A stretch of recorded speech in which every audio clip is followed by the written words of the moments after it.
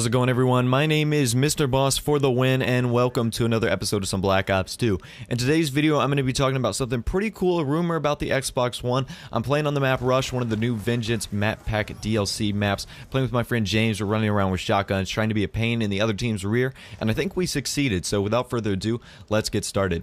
Alright, so the rumor is that Xbox One is going to have a higher clock speed in the GPU, I'll talk about that in a little bit, and a potential increase in RAM, or random access memory.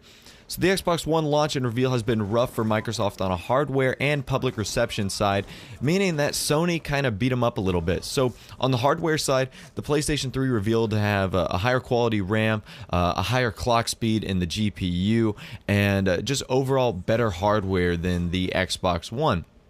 And from a public reception standpoint, you know, they're not charging for used games. There's a lower price point. They didn't start with DRM. And recently, Xbox has kind of recalled all those features to kind of get on an even playing field. And that standpoint, meaning like the lack of DRM, the lack of charging games, etc. Being able to do with what you want with the game, not have to pay for a license, etc. So there seems to be a few things on the hardware side that Xbox and Microsoft has been looking into to fix these. So the first one is the Xbox One GPU, or graphics processing unit, is getting an increase in clock speed. Now, if you recall, the Xbox One's clock speed was about 1.4 gigahertz, and the PS4 was around 2.1. And that's actually a pretty big jump. If it was only like 0.1 or 0.2, it's actually not that bad because that can be made up with different types of RAM.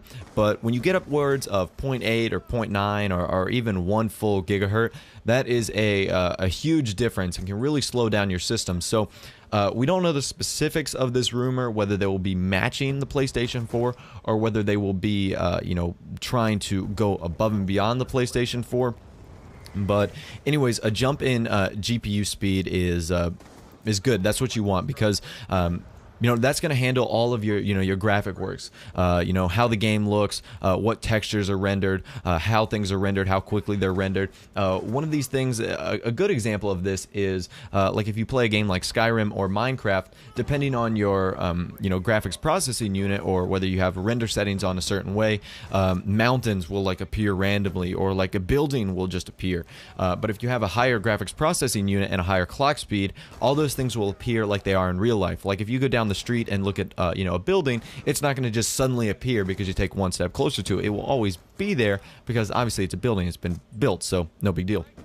Alright, so the next one is the Xbox One DDR3 RAM will increase from 8 gigabytes to 12 gigabytes, and that is a huge jump, almost offering, what is it, like a 33% better increase, or somewhere like 66% better. I don't know. My math is kind of off right now. I just got done with calculus class, but that is a huge jump. The PS4 uses DDR5 RAM, which is typically much stronger, much powerful RAM, but they're both at 8 gigabytes. Now, 8 gigabytes is kind of like a mid-range PC, but due to the fact that the Xbox One doesn't have to deal with a complex operating system running multiple programs like Photoshop, Skype, you know, Safari, or you know, Firefox, the Word, whatever, you know, 8 gigabytes is fairly strong in the console side.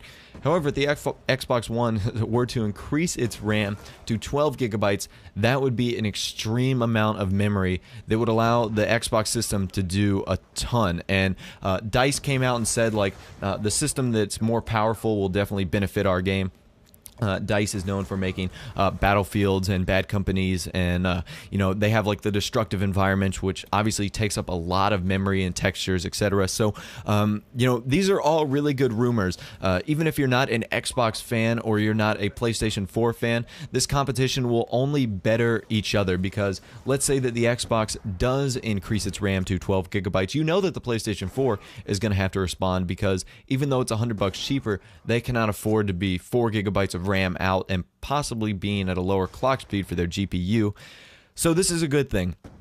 Like I said, I'm not picking sides here. This is great for the overall competition of the two consoles, because they're only going to better themselves. That's like Coca-Cola and Pepsi going at it. If Pepsi just lays down, Coca-Cola might put out a less superior product. But if they both put out great products, you know that they're going to be competing to make the best possible product. And that is why I think this is a very good thing. Anyways, guys, my name is Mr. Boss for the win. Thanks for liking this video. I would encourage you guys to check out all my other videos. You can click subscribe and do that. Thanks for watching, guys. Be sure to like and favorite if you are new. I'll talk to you guys in the next episode. And, of course, have a nice day.